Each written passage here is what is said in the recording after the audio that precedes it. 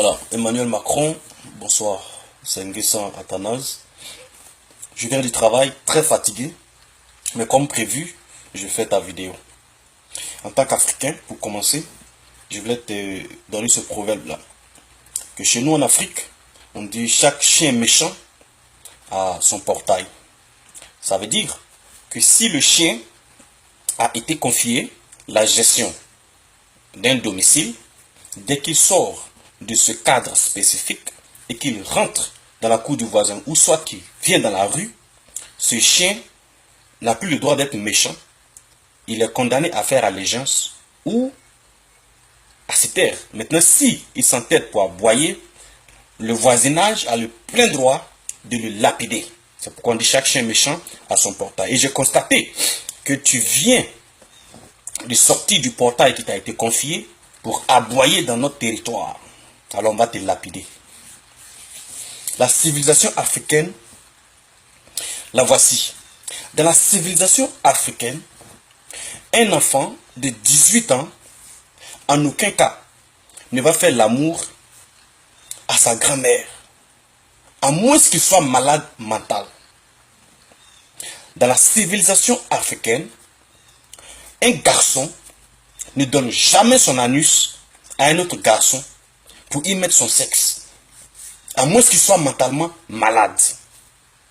Dans la civilisation africaine, un homme normal ne fait pas l'amour à un animal, à moins qu'il soit mentalement malade.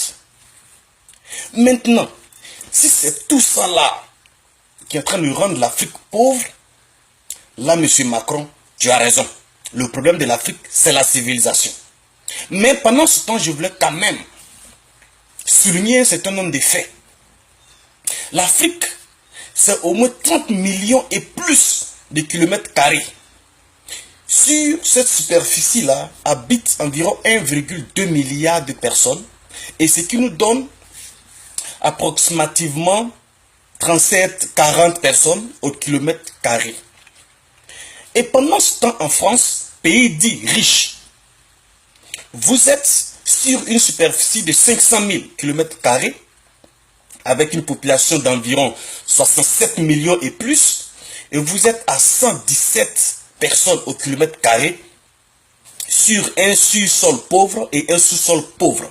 Pendant ce temps, nous avons plus d'espace que vous, mais en Afrique, de surcroît, nous avons le sous-sol qui est riche, et sur le sol aussi est riche.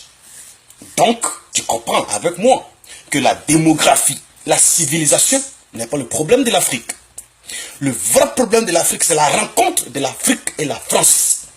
Si tu connais qui est Jacques Foccart, si tu connais Houphouët-Boigny, si tu connais Oumar Bongo, si tu connais Robert Bourgi, tu dois savoir de quoi s'agit le rapport entre l'Afrique et la France.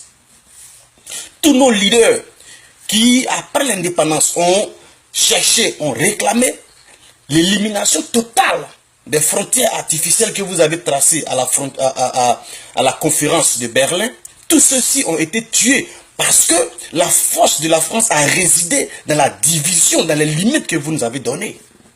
Mais vous vous rendez compte aujourd'hui, malheureusement, qu'il y a une autre génération africaine qui est en train de réclamer de façon frontale une révision des contrats et dont vous avez peur. Tu sais, quand mon papa te voit, il voit son maître de CP2. Donc il se rappelle de la chicotte. Mais quand moi je te vois, je vois mon ami de classe qui d'abord était bête. Donc tu comprends un peu que les mentalités ont changé. Tu comprends qu'aujourd'hui les Africains sont très engagés. Le mythe qui est sur le blanc est tombé dans la tête de l'Africain il y a longtemps. Donc vous avez peur. Vous avez peur parce que vous n'avez pas d'espace pour vous expandre. Et l'Afrique, pendant ce temps, continue de croître intellectuellement, numériquement aussi. Donc vous avez peur. Vous avez peur parce que nous sommes dans vos écoles. La connaissance que vous avez, nous avons. Nous parlons vos langues, nous connaissons vos forces, nous connaissons vos faiblesses. Et nous avons les nôtres. Vous avez peur. Vous avez peur parce que d'ici 50 ans, toute la génération de leaders qui étaient obligés de respecter à la lettre les lois de l'Élysée, tout cela va finir. Et la génération actuelle va vous fatiguer, va vous submerger. Et donc vous avez peur. Vous avez peur parce que vous vous dites que l'Afrique va dominer le reste du monde. Donc vous dépêchez les vaccins pour tuer Ebola, pour tuer les maladies bizarres. Mais mon frère, il faut te ressaisir. Macron, il faut te ressaisir. Je sais que tu es une vieille femme. Je sais que tu es le président de la France. Mais comme tu es rentré sur le territoire africain qui m'appartient, nous te manquons de respect total. Mais bossi nous ni me tue. C'est un gars sans